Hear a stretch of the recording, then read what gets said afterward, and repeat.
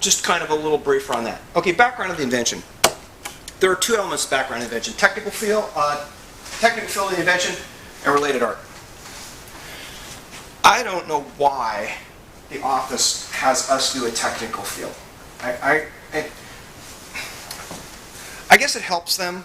I guess if there's some type of device that is kind of hard to figure out what field it actually fits into. Because remember, they have to go to examiners in a particular class.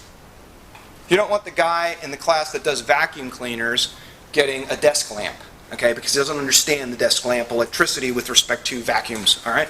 So, and again, that's all this is. Two sentences. The first one is, hey, it's a life-saving device. Next, it's for water rescue and saving people who are drowning. You know, it's really that simple. I'm not going to go through any more than that. That's pretty much it. If your attorney can't figure this out, get another attorney. Okay. Related art. This is important. This is where I'm going to talk about 299 and 512. What I'm going to do first is I'm going to say, here's what we got. We got ring buoys. Ring buoys don't work. They haven't worked. Since the 1800s, we've been working with them, trying to make them better, and we're still hitting people in the head. They're still drowning. They're sticking their legs under it, and they're finding them people upside down with their leg around it. So clearly, this is not working. But we have people out there with innovative ideas, and 512 has come up with a great idea. Unfortunately, 512 doesn't have the buoyancy, doesn't have the flying capability that we really need, because we really want to get out there. If I'm up on a deck on Battleship, I got 60 feet just to get to the water, for God's sakes, not even to get to the guy. Okay? So if I drop it overboard, it's got to go 60 feet before it even hits the water, then I might be able to get it, out another 10 feet. And we've had them, the Navy throwing them off deck and stuff like that at 100 feet and so on and so forth. But realistically speaking, I don't know how it's supposed to get to those guys. If you're on a Coast Guard cutter, it's easier. If you're on a battleship, what we typically do is say, grab this, don't unwrap it, and just frickin' throw it. The guy will find it, and then we'll circle around in the next 15 hours, and we'll try and figure out how to get the guy out of the water. So 512 has some positive aspects to it, has some negative aspects to it. 299 has a solid casing with a single air-filled container. Doesn't have an aerodynamic edge, doesn't fly as far as we would hope it would do. All these things are disadvantages. Doesn't have the buoyancy. That's why they had to put that figure 3 in there. You describe everything in your description of the related art that you know is wrong with the art that you solve.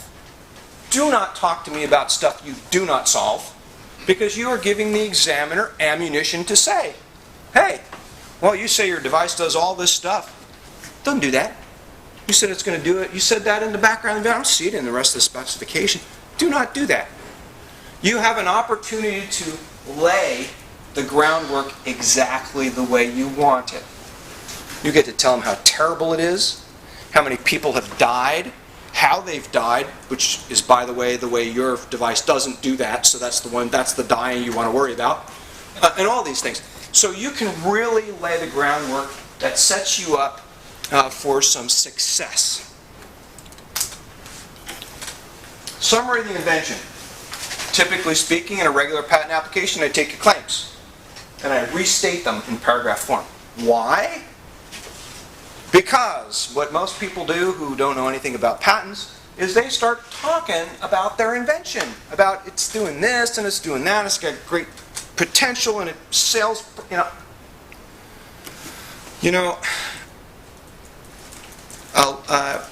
I try and tell people this a lot. I don't know if they all get it, but if you say the same word 50 times in a row, that's good for patent.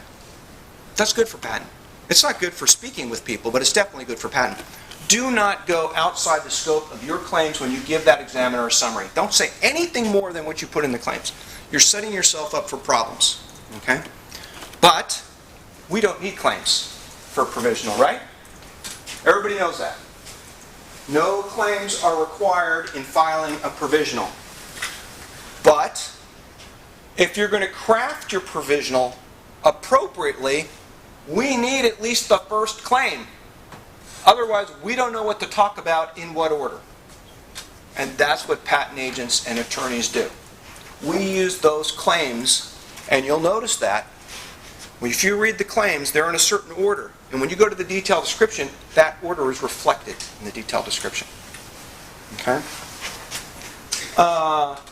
Description of the drawings.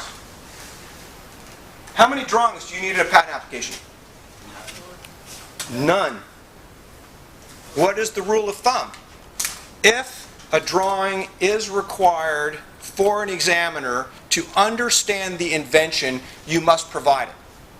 My argument to that is, I have no idea what an examiner needs. I'm not an examiner. I have no clue. So my first intent is, I'll give you anything. You just read what I've got. I'll tell you what I've got. What happens with drawings is people go and they take their invention like this and they draw exactly this. And you know how the scope of your application is going to go? To exactly this. Which means anything hope that you have for the future of broader claims, you just pulled out your gun, loaded it, aimed it at your foot, and shot it twice. Okay? So you don't want to do that. So, in a drawing, if you need it, really make it abstract. Don't make it specific. Don't put anything in that your device does not need to operate the way you believe it should operate. Don't add stuff. Okay? This is only to help the examiner in understanding apparently whatever you've written that obviously isn't in English because he's not going to get it. I'm not sure how that works. But anyway, so don't do that. You do not need a drawing. If you do need a drawing or you want to help the examiner, make it a drawing that is not complicated and is somewhat broad. Okay? Again, no claims are required in a provisional. Always seek legal expertise in crafting claims, and you will need that when you file your regular application, because you will need claims in your regular application, but you don't need one in your provisional. So if you ever convert, then you should talk with an attorney or an agent. Abstract, I always just restate claim 1. Since your provisional doesn't have a claim, but we're going to get a claim anyway because we really need to have that claim to provide a table of contents for when we craft the detailed description, I just use that. Has to be less than 150 words, and please count. The examiner has nailed me for this, for having like 155 words. Really? You send it back to me for 5 more words? Seriously? Anyway, okay, so they've done that. So, let's get to the meat. This is where you guys go to work, okay? This is your work session. And I've been able to go through all the poop in 50 minutes here, so that's pretty good. How to make and how to use.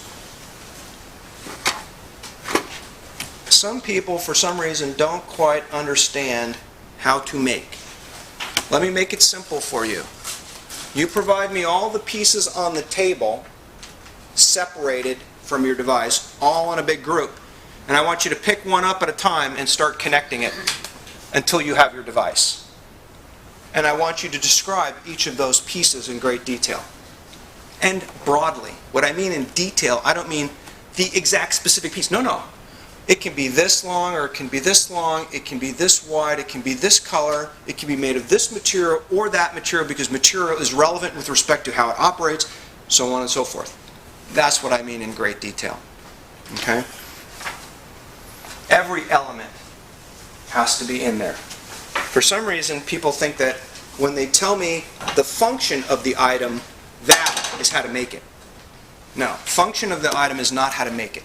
Okay? Function of the item is go into your garage, get the wood, get out your tools, and start producing it. Okay? How to use it. This sometimes becomes complicated when there's more than one use, or it's It's a complicated way of operating the system. This becomes more of an issue not for devices like this, because that's pretty simple. This becomes an issue with a program. Where you go, okay, so it asks you this question, you press 9, and then from 9 it gives you 2 of these, and then from this one, if you choose that, you go here. If you choose this one, you go over here, and that's when it becomes complicated. But usually with these types of devices, it's quite simple. You grab your device, you unleash it, you pull out a couple of rounds of rope, you step on it, they don't like you to stick it on your hand or whatever, and then you deploy it. Then to recover it, you simply pull the cord back in, leave the cord on the ground, step on this one, and then throw it again. So it's easier for devices than it is for things like, for example, computer program. So let me check one next step. Okay, so before we go to questions, well, I should go to questions. I'll let you go to questions now, and then I'm going to tell you what I need you to do. Because now you're going to have to do some stuff, and then in about 10 minutes, we're going to come back, or 15 minutes, we're going to come back, and I'm going to start asking you questions. You're going to tell me what you've come up with, okay? Because what you're going to do is you're going to describe how to make and use this. And this should not be difficult. Now, again, I've been doing it for 27 years, so this takes me about 20 minutes. But I will show you how simple and how easy it can be. Okay? So, any particular questions about what we're planning on doing, how anything that I've told you about, you have a concern about, or an issue, or a question? Anything? Okay. Now we're going to go to the work. I'm going to go outside and have... Oh, Michelle. Well, before we start losing people... Yes. I need to make an announcement about what we've been working on with the Inventors' Rights Resolution. Can you make that after we're done with this part? Or you have to leave because we're actually on time. It's only 7:50. Yeah, okay. Is that all right? I don't want them to be dissuaded from getting this done. Oh, okay. So, what pieces do we have in here, just so everybody knows what we're working with? It's a hollow tube, Hollow tube, line, foam, base plate, weight line, the what? the weight. Yeah, the ring with the balance ring. You can add that in. You don't have to. It's up to you. But sure, we can talk about balance ring. Shrink wrap. What? Shrink wrap. Shrink wrap? Plastic coating. That's actually not a shrink wrap. That's actually a... How did he do it? I think they spray it on and then they heat it. It's actually a plastic, but it's not like a sheet. So you can actually see the structure of the foam underneath. So that's pretty much it. You've got it all. Now what I want you to do is I want you to hold on.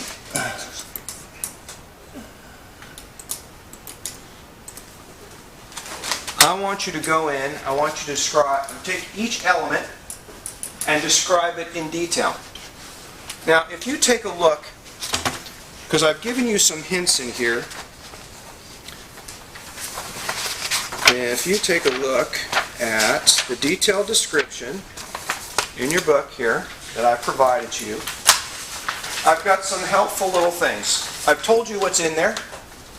Right here, I've got line, base plate, buoyant disc, hollow tube, balance ring. Forget the others, that's probably good enough. And then how to describe them. How is that red faceplate attached to the... It's actually, it's glued. It's actually glued. But again, and that's a very good question. You don't want to be limited by that. So typically what I will say is, the base plate is attached to the foam core by a variety of methods known to those in the art, including, and I give the one that I use, I give 2 others that Paul seems to think might work, and I leave it at that. Because that's not the invention. How they attach it, I could care less. As long as it stays on. And this happens to work very well. But that was a good question. So what I want you guys to do is, each of these elements, I want you to describe them, and then we're going to go through how you describe them, and why that description is good or bad, and why it's good and why it's bad. so that you will understand what the examiner is seeing when you say certain things. Okay? So we're going to come back in 10 minutes. So you guys get to work on it. And I'll leave this up here if you guys want to take a look at it or whatever. What time is it done?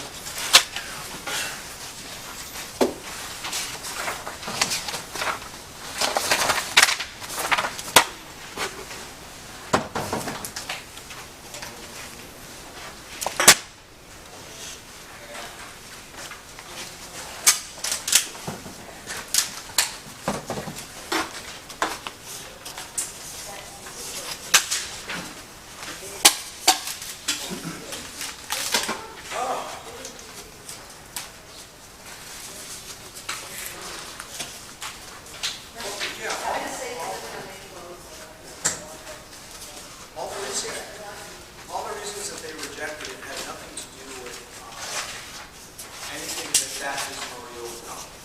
So everything they rejected, I said, but that's not a problem because of this. And they'd say, well, it doesn't do this. Well, yeah, it does do that. And if you want us to put a special mounting plate on it, you can do that. That's simple. All right, produce the mounting plate. Then we produce the mounting plate. Then they'd say, oh, it's the color. We say, oh, what color? And we can make it that color. Here's the color. Okay, well, now the color's done the mounting plate. Now it's this. And then it was just after 10 years down the line.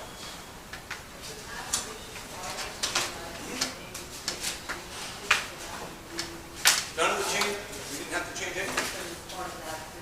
Yeah, it was all in there. And it was like, okay, really guys, I'll tell you what, everything you're talking about is not a life-saving issue. Get it out there. If you want to change colors, we can change colors tomorrow. Don't worry about that. It was ridiculous. And the funny part is, after I'd spent 5 years and I'd gotten partial approval, which nobody does, I heard from somebody, hey, we were down at Imperial Beach or something like that, and they were running some of the Coast Guard through some standard stuff. He says, what I saw them using? I said, what?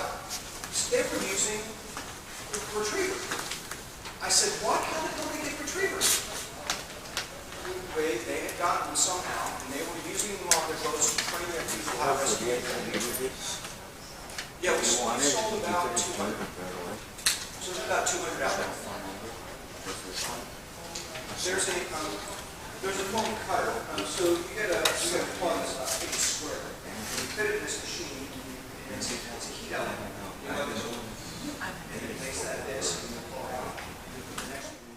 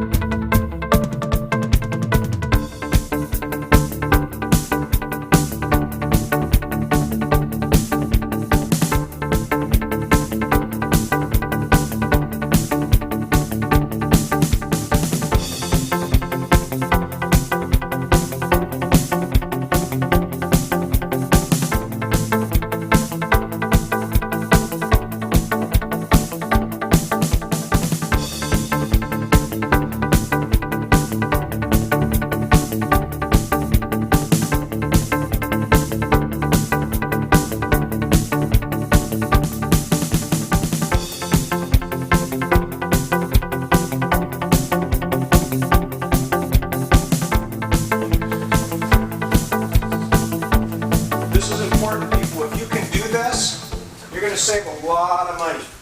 A lot of money.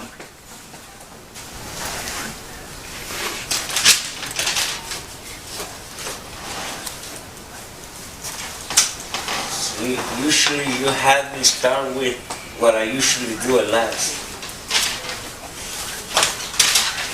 Everybody got one of these, right? Yeah. God, I only have 2 left. That's good.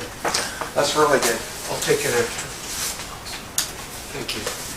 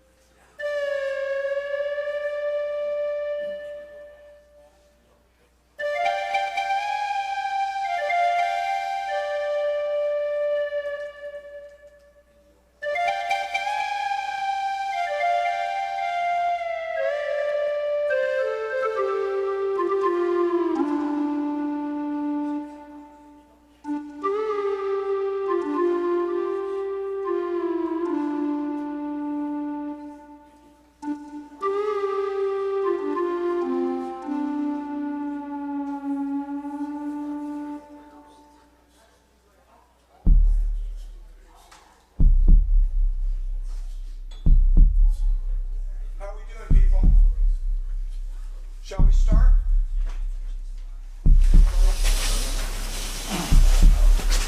All right, let's find out what you did here. Let's talk about a little bit about it. Okay, so what does it mean to teach how to make and use, everybody?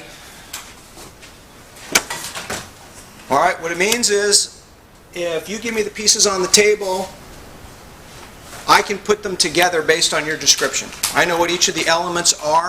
I know what they can be. I know how they fit together. I can put them together with my hands. And in the end, what I have is the device that you suggested I'm going to have in the end. Okay? So, in this case, we've got the flying disc, the retriever, personal retriever, which, by the way, is a trademark name. That's not what that actually is. That's a flying disc. All right. So, tell me about the buoyant disc. Somebody step out of the box and tell me about the buoyant disc. Okay? I think the first thing would be its floatability when attached to an individual. Functionality.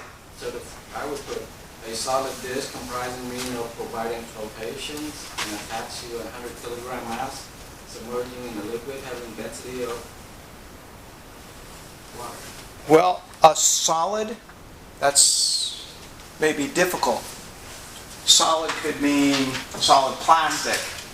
Yeah, because you want to overstep the other guy who's having a hollow disc. Correct. So he's in your prior, so you want to say. In this case, when you talk about your solid per se, first of all, you're right. The one thing I always talk about when I start with an element, I want the examiner to know I understand my element. So, in talking about my element, the first thing I always do is tell him the function. Because if somebody else comes up with another idea that is not that foam core, but some other new material that is not out here right now, that we don't know about, but it's going to come up in 10 years, we're not certain, it performs the same function. If it performs the same function, then one skilled in the art would know they could use this or that. Okay? That's my argument. I wouldn't say it's the best argument, but it is an argument. That broadens the scope because you talk about what the function is. That's one. Next thing you want to talk about are, for example, its size. You noted size when you were talking about this to a degree because it has to float someone. Well, who's it going to float? Oh, for me, this is easy. I mean, I stand on that. I can surf that. I'm so light, okay? But you put a 300-pound person on that. Do we have a problem? We might. That's 15 and a half inches, I believe. Is it 15 or 16 and a quarter? I think it's 15 and a half. So did you talk about size? So, well, density is certainly one, yes. I don't care about size. Well, it can. It can. Because not all of the materials that are available to you will have that particular function, but can withstand salt water, can withstand weathering, can withstand UV radiation, can withstand whatever number of things. But what you have to convey to the examiner is, while we know that 15 and a quarter inches will hold Dave Waller up because Dave Waller weighs nothing, we know that we can increase the diameter of this to 18 and a half to 19 to provide additional buoyancy to hold someone of greater weight. It will not reduce its ability to fly, even though it's a little bit bigger. But it's something we need to consider, something we need to tell the examiner, because if we don't, and you tell him it's 15 and a half inches, then he's going to stick us with 15 and a half inches. And then you're going to have to play with what type of material you're using to make sure you get the right buoyancy for the 15 and a half inches, which can be really complicated. You really want to put a number in the patent? I do. For example, I would say that this device, depending on the buoyancy of the material utilized, can range in size anywhere from 9 inches to 17 inches, more particularly 10 inches to about 15 inches. Also, it can be either 9 inches, 10 inches, 12 inches, 13 inches, 14 and 15 inches. Why do I put all those numbers in there? Because when the examiner tells me I can't have one, I'm going to pick another one. But if I don't have those numbers in there, I can't make one up. Because then he's going to tell me I'm adding new matter. So if I say that this device is from 9 to 11, but I find out that 10 is better, I can't say 10, because I said 9 to 11. Okay? So, Would 9 to 11 include 10? because if there's prior art out there, only 10 will work, let's say, for example. But because you said 9 and 11, you interfere because it interferes with prior art number 1, which was 9 inches, and prior art number 2, which was 11. So you're going to go, okay, well, I'll do 10. Well, you can't do 10 because 10's not in your application. You said 9 to 11, and they won't let you do that. You actually have to have 10. What happens if you want to make something bigger than that? You can't say varying diameters. Ah, now you're going into 112.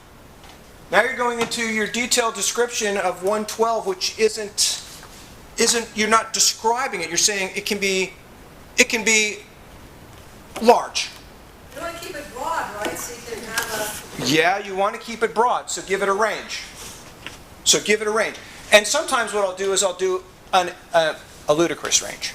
So sometimes when I'm dealing with micro things, he'll say, 0.1 micron to 1 micron. I'll say, well, all right, could it be 0.01 micron? He says, well, I don't know, that might be too small. But could we say it? I said, yeah, okay, so I'll put 0.01 microns. I can go to 2 microns? Well, that's pretty large. But could we go there?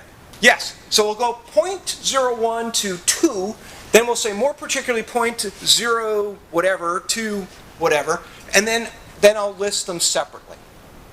And that way I can grab as I need. And yes, it's ridiculous, okay? But you got to play the game. Okay? You didn't write the rules to the game. I didn't write the rules to the game. But you know what? If I can pull 10 and I can do it because it's in my spec, I'm going to pull 10. I got to represent my client. I think my client should have a patent. He's paid me $7,000 or more to do it. I want the 10. So, but you have to say it. Okay? If it's not in there, you got a problem. Okay, so what else? What part of that foam Like a core did you miss? The most critical point. Buoyancy is not the critical point. Round. Round is good, but what is the round for? Aerodynamics. It's this edge. This edge is critical. Why? Because I say it can go to 100 feet. Without this edge, I can't get 100 feet. We've tried it. We've changed this edge and I can't get 100 feet out of it. Did you claim a certain angle on the edge? Yeah, we did do that. I think, actually, Ben gave me all the information regarding the edge. That was harder to play with. That was very hard to play with. Because this edge is so specific to get what we need, we couldn't get large variances. Because if we varied it, it wouldn't work. And if you've got that, then you've got some serious problems with your patent. So in this case, the edge was a little critical. We didn't have a lot of room to work with, so we made it relatively narrow because we weren't getting the flight potential when we didn't do that. And that was something we could not overcome if the examiner were to challenge it. So one of the things that you can do too is if an examiner challenges something and says, that won't fly. First of all, number one, the argument to him is, what do you care? So I get a patent on something that doesn't fly. What's it to you? You know, it's not out there, so what do you care if it flies? That's the true argument. They're not supposed to care whether or not it flies. If it's novel, that's the key. Okay? But if you can prove that it flies, like you've got that video where it goes 100 feet, we can provide that to the examiner during prosecution to show him that it actually does what we say it does. And then we're okay. Okay? All right, what else about this? We've got buoyancy. We've got the aerodynamic edge. Well, where does the rope go? Center. Yeah. You've got to have, there's actually, I'm not sure if I can really tell. I think it really is not a depression in here. The ring on the bottom actually creates it. So I think this just goes straight down. But there's actually a ridge in the base of this device. Why is it there? Doesn't help it fly. It's only for carrying the rope. So that's the other thing you have to describe. But you haven't really described it because you just said there's a cavity in there for the rope. How much rope? 200 feet. Or 50? Or 100? What? The size isn't going to... Well, you got a problem.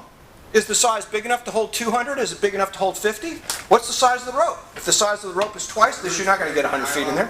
Quarter-inch yellow nylon. So, but what you need to do is you need to say something like, the size of the aperture that's provided in the bottom of the disc is sufficient to hold enough line of a desired amount, such as 50, 100, 200, knowing by one skilled in the art that the size of the rope will determine whether or not or how much can be fit into that cavity, and so the cavity will be constructed appropriately. And it's verbiage like that where you're telling the examiner, you're a design guy, you know how this works. If I've got, this is a quarter-inch. Quarter-inch versus 3/8, I'm not going to get as much rope in there. It's going to be falling out the whole time because my retainer ring's not going to hold it. But, those are the things you need to talk about. So, when you're talking about this cavity in here, this cavity is also dependent upon this ring. So, the diameter of this ring, as well as its width here, depends on how much it's covering from where the foam core is to hold this amount of rope. Okay, so, and again, when you craft your first claim, you'll know that when you put those elements together, they actually go in a particular order. And you'll find that this base plate and the foam of the disc actually come together in the claim. And so when you're talking about this, it will segue right into this base plate when you start discussing this aperture underneath. It just happens that way. I don't know why, but it always does for me. All right, so, well, now I've kind of given it away, but what about the base plate? Red plastic. Red plastic. Okay, why plastic? There's a good reason for it. ABS? It's ABS or whatever, but it's a plastic. Why? It's not foam. Durability. Correct. When I start wrapping this rope in here, we noticed the first time that we made it out of foam, the foam started tearing off. And we couldn't maintain it. We knew that we needed a base plate, but we needed a base plate made of a material that was not like the foam. So tell them that, because you're going to tell them about the function. The function is to hold the rope in here. You cannot hold the rope in here if it's made of foam. So you need to tell him that. You need to say that the material that you're going to use is going to be sufficient enough to maintain the rope within the cavity during use. For example, that material may be, lists a bunch of plastics that you might be able to use. Preferably, at least one of them is the one that you're going to use, and likely one that's an injection molded one, because that's probably how it's going to be made. Don't pick a plastic that can't be injection molded, all right? Just doesn't make sense. What else? What else about the base plate that you notice? Attachment. It's attached? How's it attached? It could either be screwed on to like a carving in the foam or glued on. That's very good. Let me tell you about what he just said. Glued is what it is, just so you know. But he said it could be screwed on. You could have a plate in there and you can screw it. Why didn't that work? Rust. Because you're not hurt yourself when you try to glue. It would come out of the foam. That's not what I meant. I meant like a carving in the foam Uh-huh. to where you could Well, it does do that. It has that. screw it on. But let's say he was talking about a screw element in here. Why doesn't it work? I'll tell you why. It fucks up the aerodynamics because the weight doesn't work. We could not get it to balance. Okay? It's easier to keep this material by itself without adding other elements to it other than this base plate so that it stays weighted nice. Because if you try and put, let's say, a screw element in here that this screws onto but you have it attached, balancing that to make sure that it's even on this side versus this side was almost impossible. No, it may unscrew. That's a potential as well. That's also a potential. But what else have you didn't notice? Shade. Why did we do that? Why don't we just make the whole base plate that? Strength. Weight was one. Strength, balance was another. It was an issue we had to deal with. We didn't want this extra plastic on here. We wanted to remove that extra plastic because it was adding weight to the device, making it less buoyant, and so on and so forth. We needed this to be as light as it could be. We removed the extra weight. You don't think that, like going back a little, you can push a button and have it open like wings to get from size 10 to 15? Like in the inside out? That's something else, but we have something similar to that, yes. Oh. But in this regard, so you've got a base plate. The base plate is affixed to the bottom of the flying disc. The base plate is made of a polymer. The polymer is resilient polymer. It's resilient polymer because it has to retain the rope inside the groove. Without the resilient plastic doing that, or using a material that is not as resilient as this type of polymer, you would not be able to do that. Okay? The other thing that this polymer has to be able to withstand is saltwater UV radiation. So you need to let the examiner know that in producing this, you know for a fact that while this is sitting on a boat, either in its case or out, it actually has a case, but in its case or out, that UV radiation does affect certain types of plastic. So you're going to try and utilize a plastic that is not UV sensitive. What about the adhesive? The adhesive is also an issue too. I didn't focus so much on the adhesive, first of all, number one, because I'm not an adhesive chemist. And it's a 3M adhesive. Why? Well, because almost all adhesives are made by 3M. So, yeah, we did. We had to test a lot of adhesives. A lot. The first ones we had on here, after about 5 or 6 uses, you go like this and just pull right off. It was like, whoa, what happened? So, yeah, we had to get another type of adhesive. And I believe it's almost, I think it has a heat element. So you put it on, you stick it on there, and you warm it up. I think we did it with blow dryers or whatever, and that was enough to seal it on, and it really stays, whatever that stuff is. But what you want to do is, you don't need to be the adhesive chemist for the USPTO. You need to let him know that one skilled in the art who I contact to ask about putting this onto foam will know that there are a certain number of adhesives that he can use based on the following elements: resistance to salt water. Oh, by the way, resistance to oil. Why? Because they want to use this when you have oil spills. And they don't want to throw it out there into the oil and have the whole thing disintegrate while the guy's trying to hold on to it. Okay?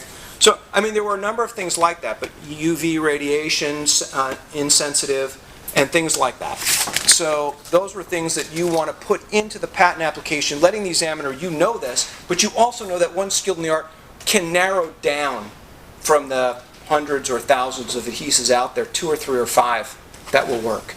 Are there any flammability issues? What did we do with flammability? No. We did solubility, like we had to throw this in some type of oil slick, Okay. and then let it sit for like 3 days or something like that and see if it started dissolving, and it didn't.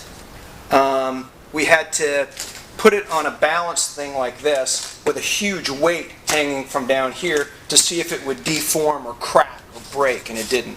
And I think we went up to 200 pounds or something like that. Whatever the Coast Guard asked us to do, we did. That was my question. Yeah, the Coast Guard basically said, well, how are you testing it? I don't know, grabbing it out of the box, throwing it, the guy grabs it and it comes in. No, they said, well, what about how much it can hold, and what if you do this, and what if you do that? And we went, really? Okay, we can do that. So we designed all these weird torture machines to kind of try and destroy this thing, and we did just fine. Didn't destroy it, so. Were you basing what you're writing in your patent off of what the Coast Guard was requiring? No. So like things are consistent? No. Okay. So these No, are just we things you didn't. did afterwards? Yeah, again, that would have been something to know. That would have been something to know. The problem was that we made the mistake of thinking that the Coast Guard actually wanted to save lives, and apparently that's not relevant. So, because even so, this device, by the way, real quick story. We were selling some of these devices, or trying to sell some of these devices, I think in Massachusetts, and we were at the police station in wintertime. And a call came in. Dog in the water. Mom went after the dog. She's in the water. 2 cops showed up. Cop went out on the water. He went in the water. So we race over there, and they're trying to get these people in, and they can't. And they said, can we use your device? And we said, sure. Went out there, threw it out there to the lady, pulled her up on the ice, slid her back in, threw it to the cop. He was a little bit heavier. We got his big butt on top of the ice and got him in. And the dog made it all by himself. But yeah, we saved those two. We saved two little boys that fell through the ice in a river and somewhere else, and using this. So it's a really good tool. I'm sorry it's not out there. I'm sorry Paul didn't get a chance to see it. Well, maybe you missed a video to show it to the Coast Guard. Say what? A video from those incidents. They are. They were publicized on the news. You can watch them. No, but I mean to show it to the Coast Guard that it really works. Oh, the Coast Guard knows because they're using them. All right. So what's the next? Tell me about this piece. Sticker? No, the tube. Not the sticker. Sticker doesn't help this thing really much. But what about the center tube? What does it do? 3 inches long, ½ inch inside diameter. Pivotal. Okay, so what's its function? Holds a rope to the disc. Holds a rope to the disc and allows the disc to spin. There you go. That's the function.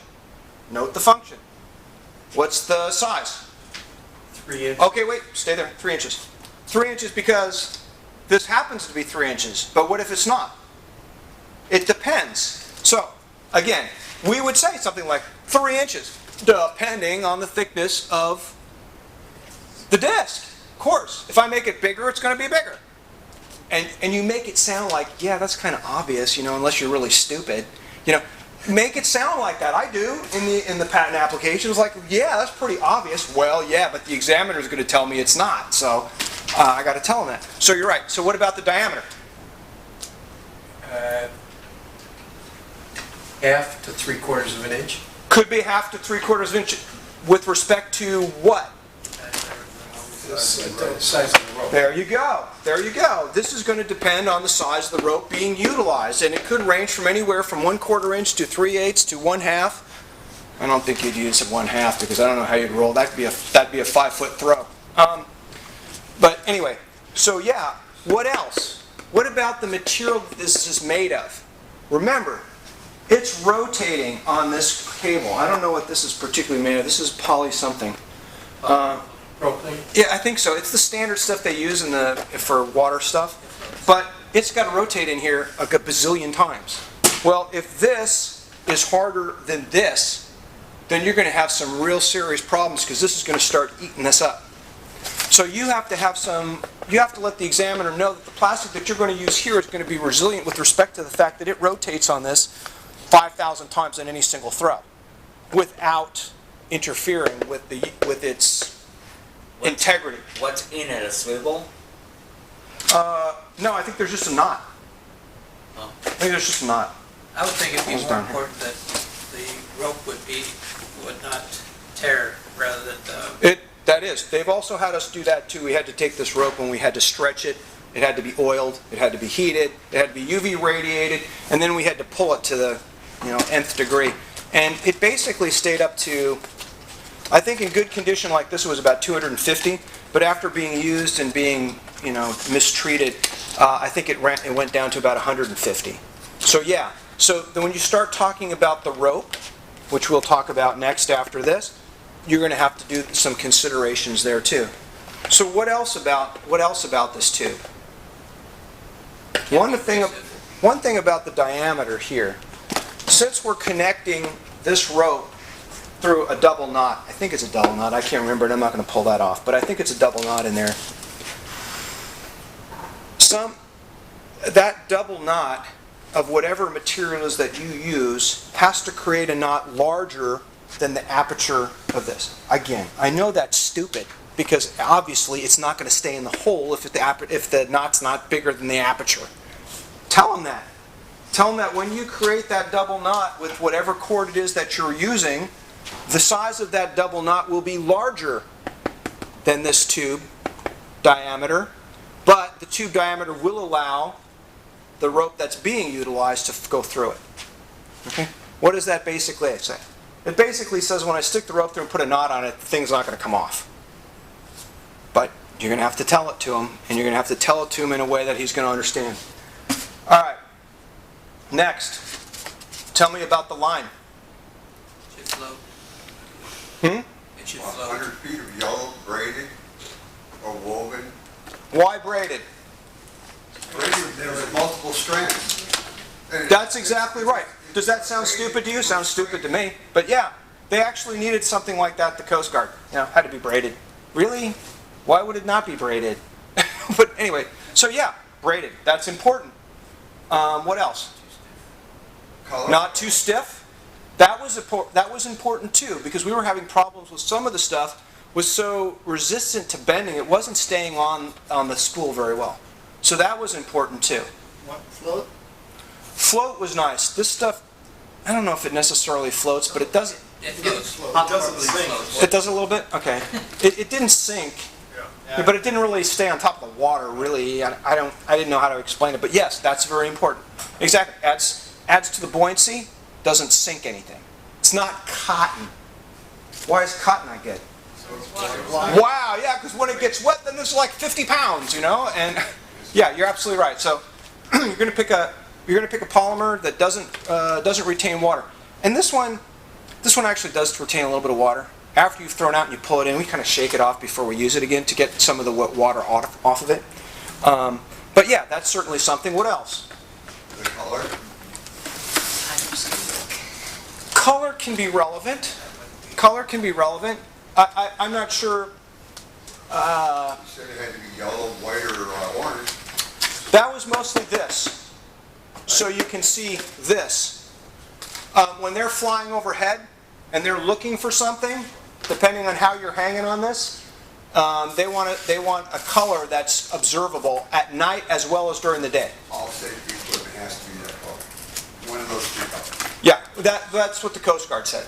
So for some uses, they wanted this to be orange. In some uses, they want it to be white. We chose this color because this one is more observable at night than the orange. And we didn't choose white, and I don't remember why. Wouldn't look good in fog. White Huh? caps in the Wouldn't be water. good in fog. Yes, maybe. I don't know. White caps in the water. There you go. That's right. Yeah, right. That could be too. I couldn't remember because I'm not a Navy guy, but this one was the best color. So what else about the rope? Anything else? Its ability to hold on. I don't remember what it was, 950 pounds or something. I can't remember what this holds, but this is really significant. Why does it have to be significant? Because if you're pulling people in, and I don't know what type of current you might have. Drag, exactly. So you need to have enough not just to pull a person in, but also to pull against a current. The best thing about this is when you hold it like this dynamic of this curved surface actually allows you to skim a little bit. Shouldn't be much drag at all. Yeah, well, it reduces the drag a little bit. Makes it a little bit easier. All right. Did I miss anything? How about the balance ring? Tell me about the balance ring. What's its function?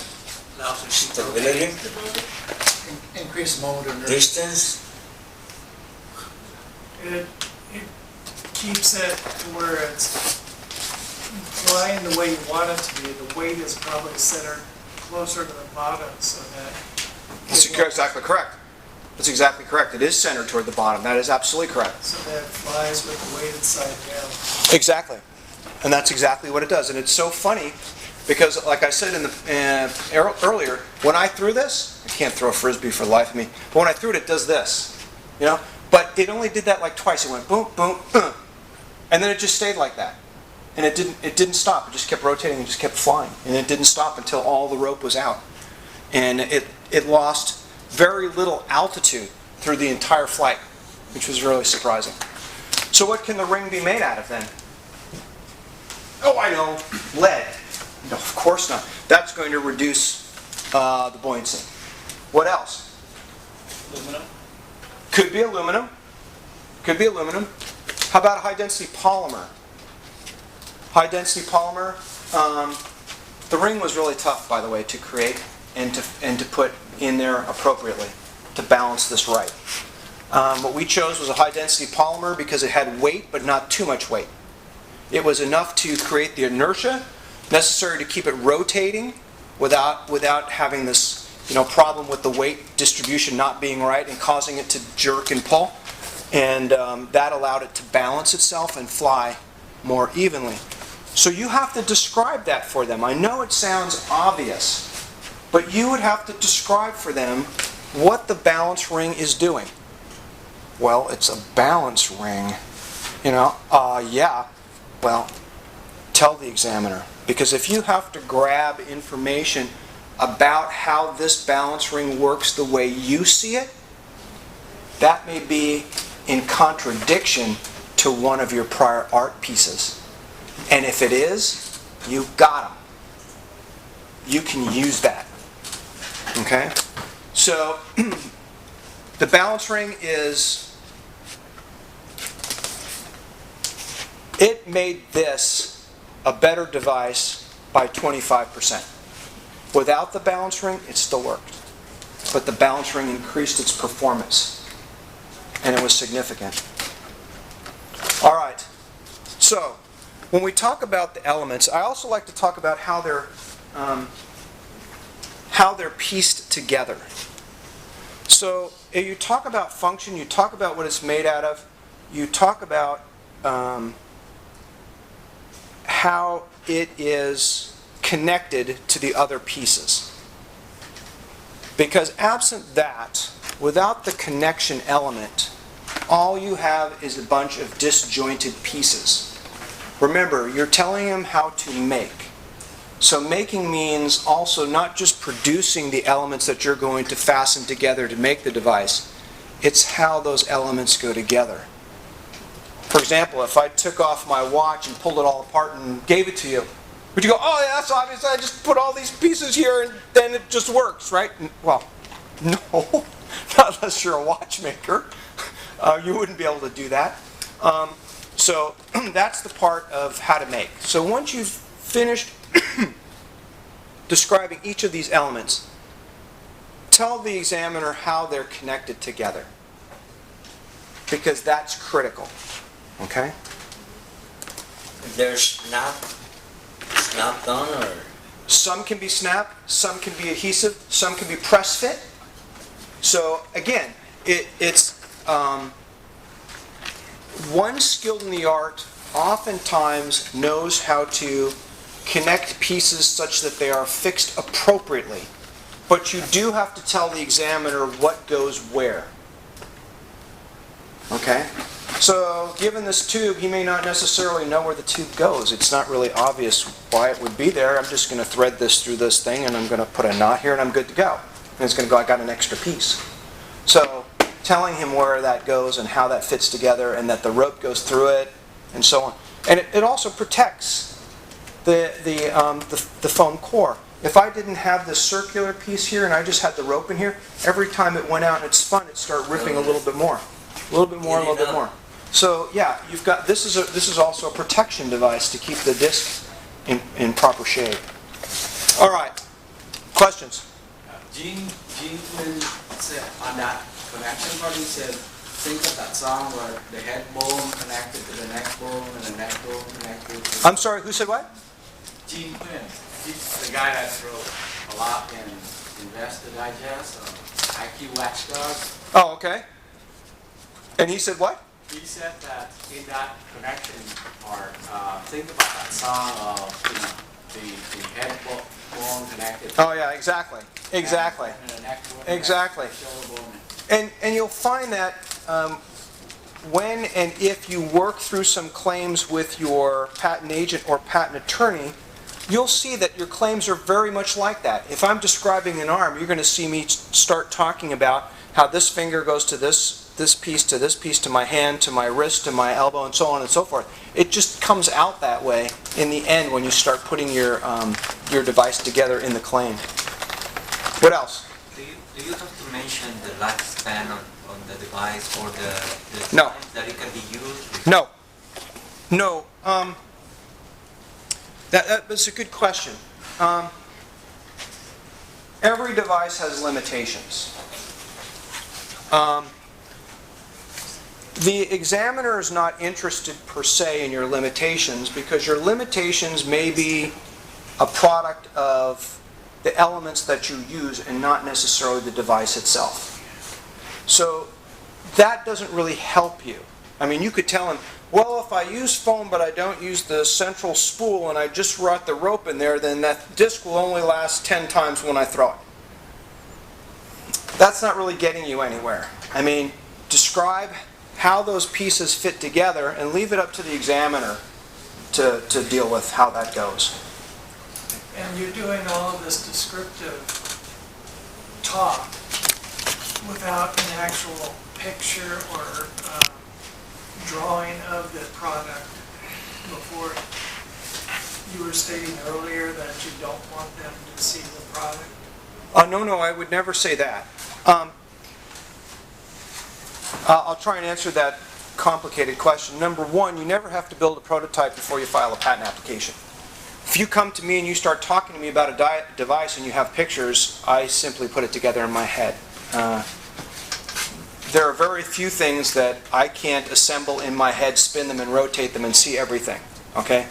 But I can do that very easily. Whether or not you provide the examiner with an image or not depends on whether you believe, based on the description you are providing him or her, they will understand the device based on that description. If you think it would aid the examiner in understanding what you've described by providing an image, then you can provide an image. But that image should not be too specific. It should be a general image. So, for example, the image that you see that I provided, I'm not even sure I did this. This one. Actually, you know what? I don't even think I did that. What did I do? Hold on. Let me show. In the back, you will see the patent. The patent is actually 6413134. That's the patent that I crafted in 2000? 2002. No, I guess it's in there. See how general these images are? They're not terribly descriptive. And they're a bunch of circles and things like that. They do kind of show this. And that kind of helps the examiner figure out where the heck the tube is, where the foam core is, where the base plate is, and where the rope's going to go. In this case, that particular image happens to look exceptionally like this. Why?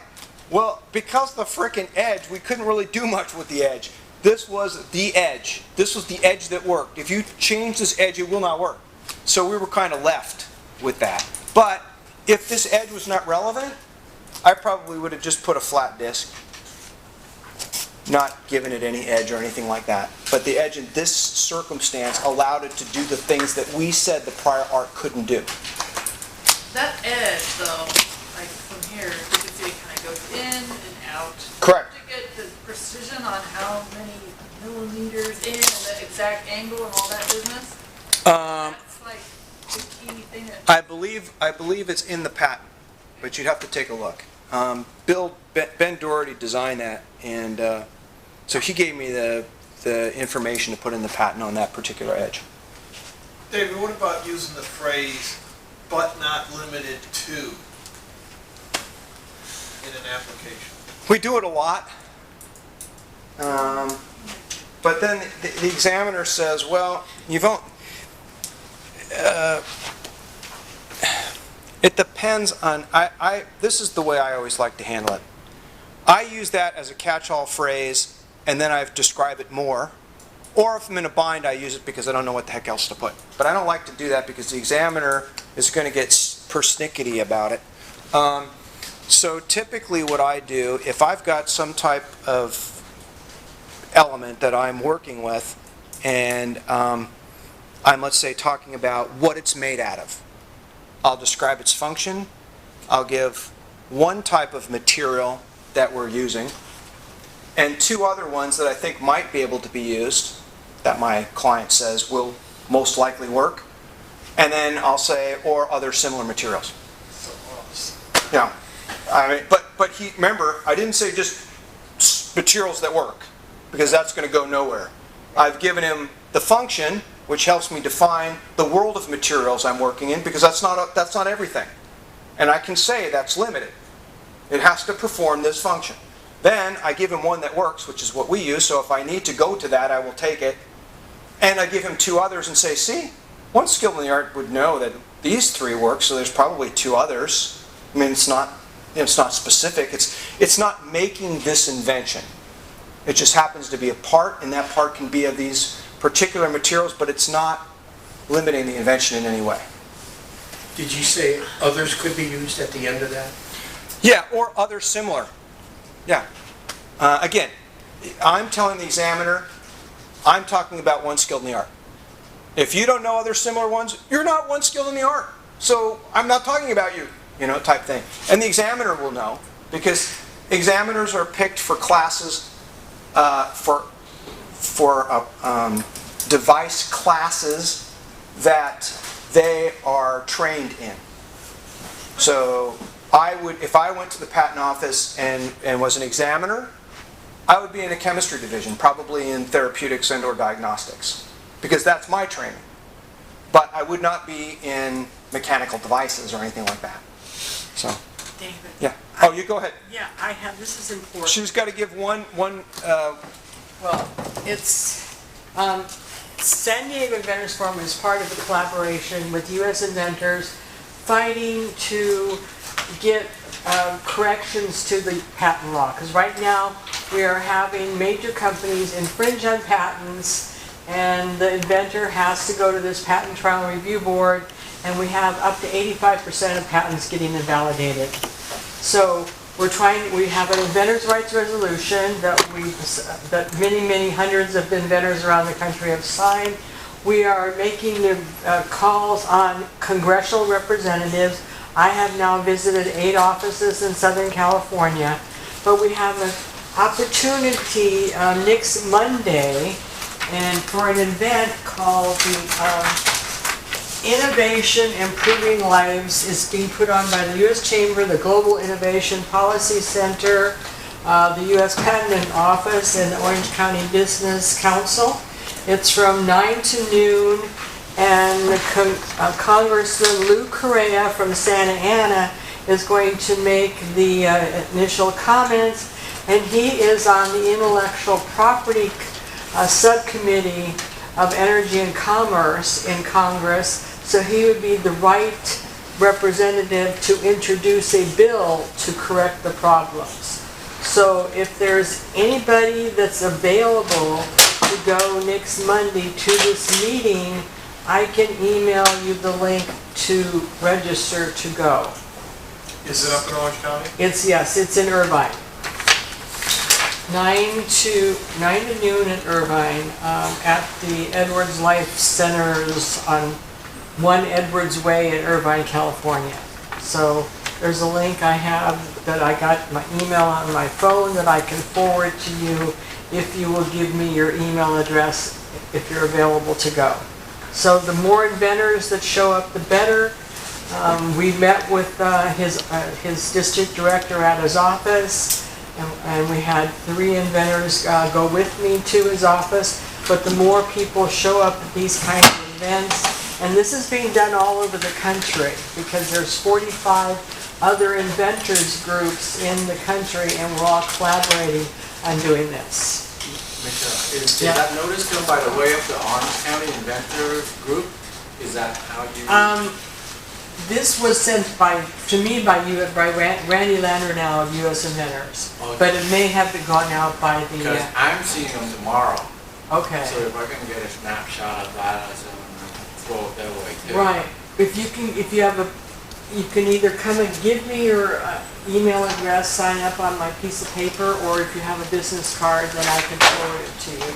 David Lee of the U.S. Inventors was one of the people that went with me to one of the appointments. So.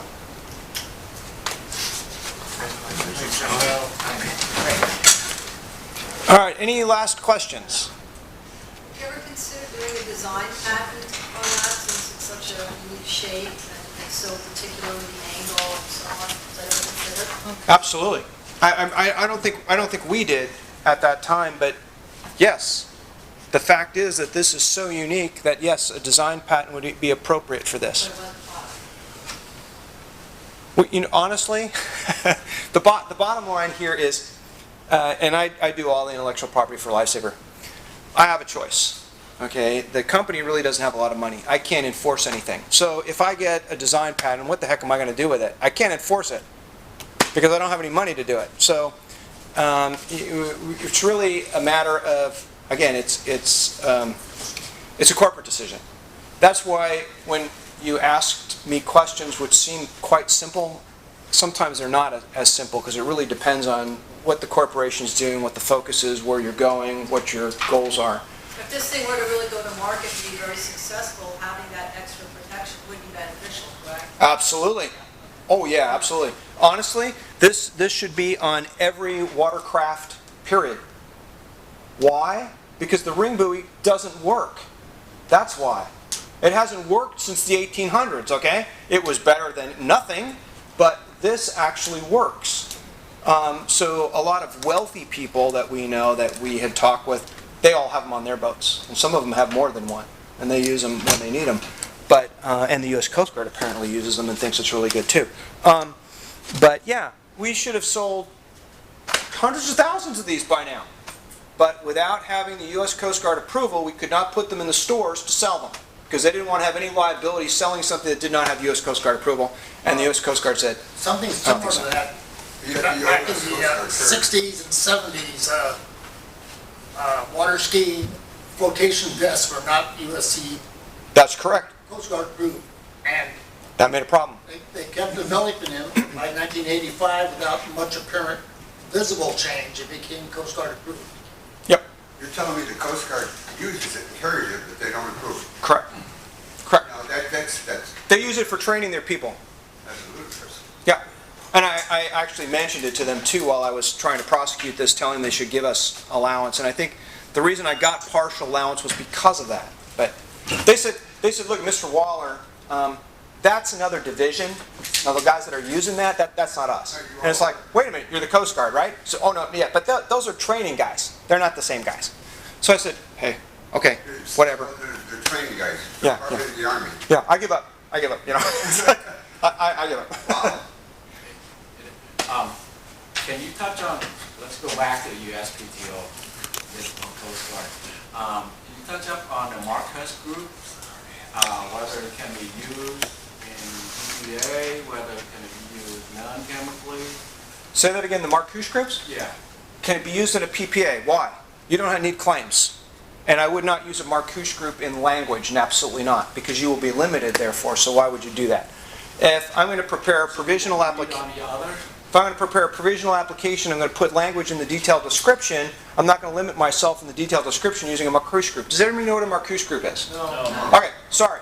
I should have clarified that. There are claims such as, for example, according to claim 1, wherein said A is red, green, or blue. That's open. Okay? Marcouche group is different. Marcouche group says wherein A consists of one of the following selected of the group, red, blue, and green. That's not open. It can either be red, blue, or green, period. You cannot pick yellow. You cannot pick another color. Absolutely not.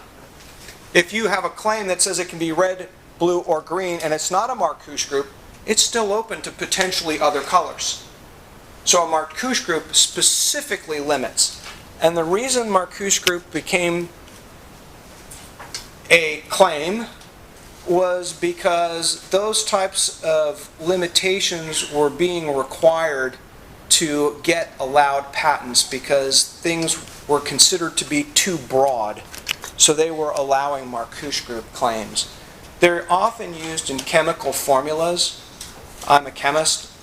I use Marcouche groups all the time because if I don't use a Marcouche group, the examiner will tell me indefinite. There's too many chemical combinations here. Forget it. You're not going to get it. So Marcouche groups, when you have large functional things that you're trying to capture,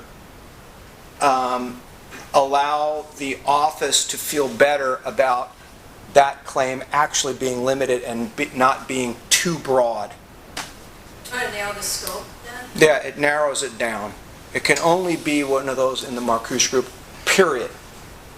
So once you start using Marcuse groups, that element of whatever it is you are Marcusing, if that's a term, that's it. That's what you said and that's it, no more, nothing else. So. You mentioned that you don't need a prototype in order No. to... So you are patenting an idea. No. No. Here, let me give you the difference. Here's an idea.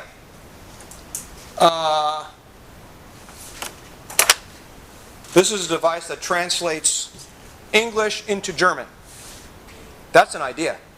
But you haven't told me how it does it. How does it do it? If you can't tell me, that's not an invention. Because you now have to tell me the software that you're using that allows somebody to speak English into this and get it translated into German. And by the way, that's not such an easy thing.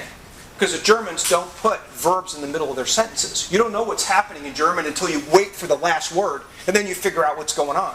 Okay? In English, the verb is in the middle of the sentence. So your software has to know what's a verb and to put it at the end of the sentence in German. It also has to know all the conjugations and all that stuff, and you have to tell me how it does it. That's an invention. The idea is, oh, I've got this device which translates English into German. That's an idea. So, all right.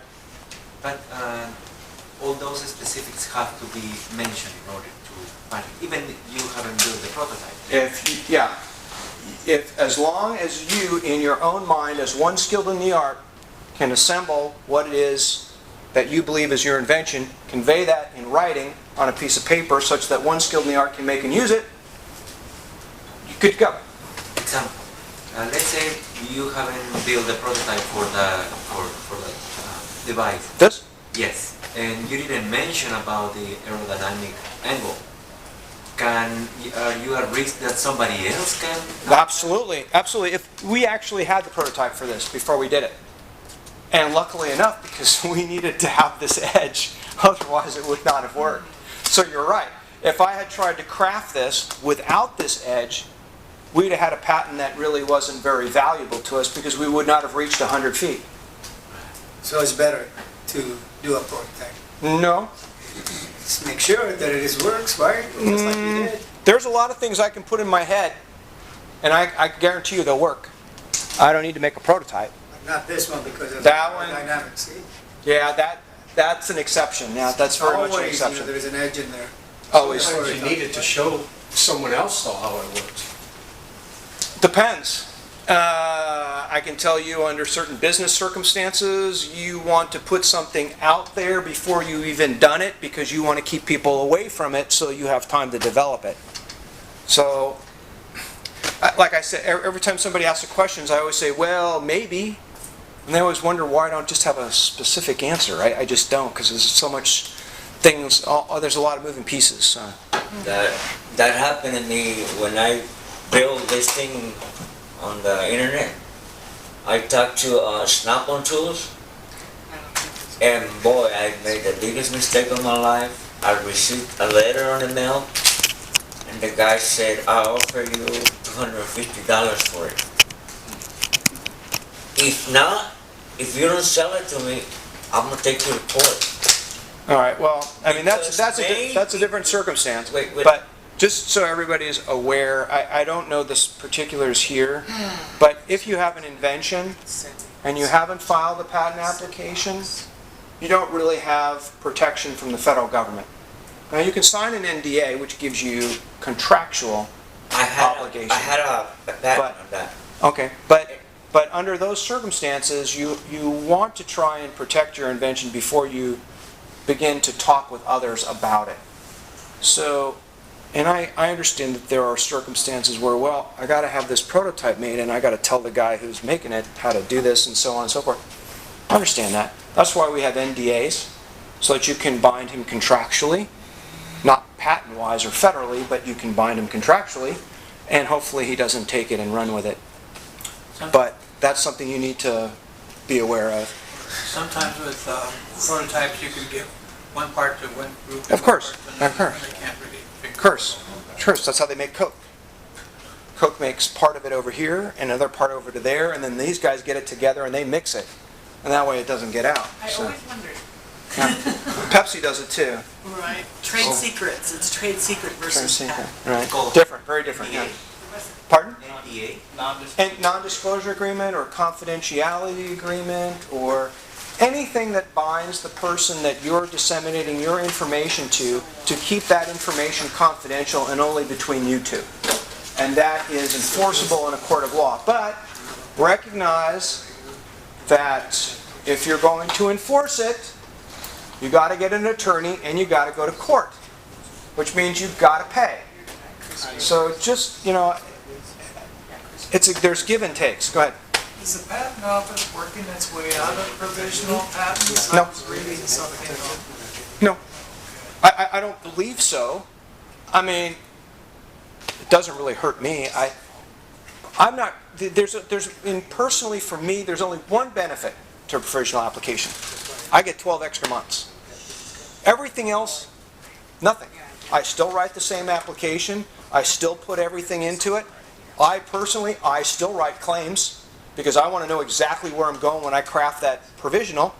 And the other thing too about that is when I have to convert it, I pretty much don't have to do anything. I just grab the paper, go from here and go there. And we're done. And my client doesn't have to pay anything for that. But if you file a provisional, which is 3 pages, and then you want to convert it and oh my God, we got to add 20 pages, you're just paid for 2 patent applications. So I don't do that. I do it one time only. And then hopefully I can just pass it over at the 12 months. If stuff needs to be added, we can do that. But it only takes, 15, 20 minutes to plug it in and we're good to go. What's the point of having an abstract if you're already describing your product or your invention? The abstract is not our issue. The abstract is the office's issue. They want the abstract. Yeah, but it still has to be written by. Yep. It still has to be written. It's always repetition. And Yep. repetition. That's right. Always claim 1. Just give them claim 1. Don't give them any more. Just write it in regular words. Don't use comprising language or consisting of language or anything like that. Just write claim 1 in normal language, and that should do it. That's the abstract. That's easy enough. Yeah. And they require it. Any comments on website applications about inventors and they assist you to file application, patent, all those things? I would be wary of, I've been doing this for 27 years, okay? And the simplest invention that you think is only going to take me 5 hours takes me 20 hours. Why? Because I'm covering your butt. I'm making sure everything is in there. Everything you don't even know. I will come to you and say, well, what happens if I change this? What if I add this? What if I use it in this way? Will it work? And you're like, I don't know. Well, yeah, I guess it would. Good, let's put it in. What about this? What if we add this? I don't know. I never thought about it. Good, let's put it in anyway. So I create this huge thing for you. And then you get to pick what you want. So when it gets filed, the claim language that eventually gets allowed is your protectable property. But if you don't have everything in the patent application to pick from and decide how you want to massage that to be the exact claim you want, you're stuck. So when I craft a patent application, I put everything in. Dave knows that because I had to ask Dave about a whole bunch of questions in his patent. So what if you could use it for this? What about for this? What about for that? What about? He's going, Jesus Christ, yeah, of course you can use it for that. Well, then we got to put it all in. That's simple. Yeah, and his is simple. So, yeah, the bottom line is this document that you create is the world in which you can pull and grab to respond to an examiner's rejection. If you make your world this big, you got nothing to pull and grab from and you're going to get an abandoned application. But if your well is this big and 15 feet deep, I can pull all day. And I can keep throwing stuff in the claims and eventually get something. So that's really what a patent is. Okay? So if you craft something, you draft a claim that's this narrow, I guarantee it'll take you 5 minutes to get allowed. Hey, you don't got any property though. You go to a licensee. I was just talking with the young lady out here. She says, oh, I got a licensee. And I filed this patent, I got a provisional. I said, who wrote it? I did. Who filed it? You did. He's asked for the patent, hasn't he? You know, for the provisional. She says, yeah. And I said, oh, not good. Because I know he's going to want to see it before he gives you money. I've done this many, many times because I was in the pharmaceutical industry. And my CEO would always come to me and say, there's this great technology with this company. I want you to take a look at it. This is what we want to do. And I'd pull that patent in and I'd find errors, I'd find mistakes, but that's beside the point. I'd find we couldn't do what we wanted to do because they didn't have the breadth we needed. Because they didn't prepare their patent applications properly. I mean, I even had one guy where I had to call him back and say, are you sure you sent me the right patent? He says, well, yeah. We only got one patent. I said, are you sure? He says, yeah. He says, why? I said, well, you know, we're interested in your device. We want to buy that technology and we're willing to pay for it. He says, we're ready to sell it. I said, but you said this is the patent for that device. And he says, yeah, absolutely. We only filed one. I said, well, have you modified it? Oh, yeah, many times. Well, I guess you didn't file a patent on it then, did you? You filed it on the first one and you didn't file it on the new one. So what we got is a nothing patent here and we got a product that anybody can reproduce and got no protection. And I had to tell the guy, okay, that doesn't make me feel good when I tell somebody who owns a company that their technology is lost. You know, I don't know what he tells his board of directors or his investors, and whatever. So, yeah, it's disappointing. So, someone was suggesting that I get a design patent Why? to protect the design. We're not over yet? Nope. Everybody's leaving. I'm afraid. Okay. Anyway, and someone else was trying to sell me a utility patent, but on a utility patent, I'd have to make sure every variation of what I was doing was already done. Okay, do you understand the difference between a design and a utility? The utility covers the completed product. Correct. The design patent is the basic design. No, no, no, no, not basic. Not basic. What is in the picture? Period. Okay. If I change that picture in any way, shape, or form, you got nothing. So you have to be really careful. Now, the only time I've ever done design patents is for a woman who used to make jewelry because she used to have a single element that she put in all of her jewelry to show that it was hers. And that was the thing that I did a design. I don't recommend design, well, under the circumstance that you said, that's unique, you know, but typically speaking, it's what's in the picture. And if the picture varies, then you have to file one for each. So you got 10 variations, you got to file 10 of those. And it adds up. And then they can still change it from those 10 and be number 11 in your SOL. So yeah, design applications are really, really specific. So the And provisional gives you a wider scope to work with. provisional is not for designs. I don't believe you can file a provisional on a design. You can only file provisionals on utility applications. So, yeah. So the provisional on the utility gives you an extra 12 months on the term of your patent. Because when you file a provision, you have 12 months to convert it. Then once you convert it, you get 20 years. So if you file a provision, you get 21 years. So, but again, filing a provisional is a decision. It's not a choice because you don't have money to do the regular. That's a big mistake, okay? Decide where you are business-wise and figure out when you need a patent. Not a patent application, you need a patent. Decide when that time is supposed to be and work it from there. If you file a provisional and you need a patent in 3 years, forget it. You're done. If you want a patent in 3 years, you better file a regular patent now. If you want foreign filings, or you need to protect in an area because your licensee loves China, even though you don't, you better file a PCT because he's not going to come to you for a license and give you what you deserve because he's going to dock it because he doesn't have China. I do that all the time. That's fun. I did that in the pharmaceutical industry. Oh, jeez, I don't have Japan. And the guy goes, oh no, we didn't file in Japan. Oh, sorry, I'm going to have to take 50,000 off the top because, we really want Japan. We didn't do anything in Japan. Didn't matter. It was a negotiation position. So when you plan to go to production, you want to start the year with the provision. you need to decide when it is that you need a patent. If your licensee requires you to have a patent and you've got him or her on the line, and you need to get that patent within 2 years, you better file an expedited patent. So again, that is a decision, a corporate decision that has to be made at the time. But filing a provisional just because you get an extra 12 months, or just because it's inexpensive, or you think it's inexpensive, or something like that, is not the right decision to make it on. Really. So. Maybe it's not specific, but any idea on how much it costs For a patent? What kind of patent? You mean all the way through? Yes. Depends. Any idea? It depends. I've had patents cost over $100,000. Pharmaceutical industry patents. I've had patents that I've drafted that were 350 pages, which cost the guy an arm and a leg. But I had to write 350 pages because it was that big. So it depends.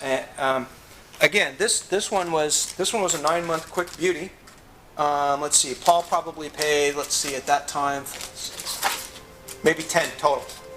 From preparing the patent through the patenting process to the end. Why? Because I only had to prepare the patent, and I only had one office action. The office action was allowance. So this was cheap. But again, there are ways to manage costs. Again, I don't know. I got an audience. I might as well talk to you guys. Maybe this is helpful.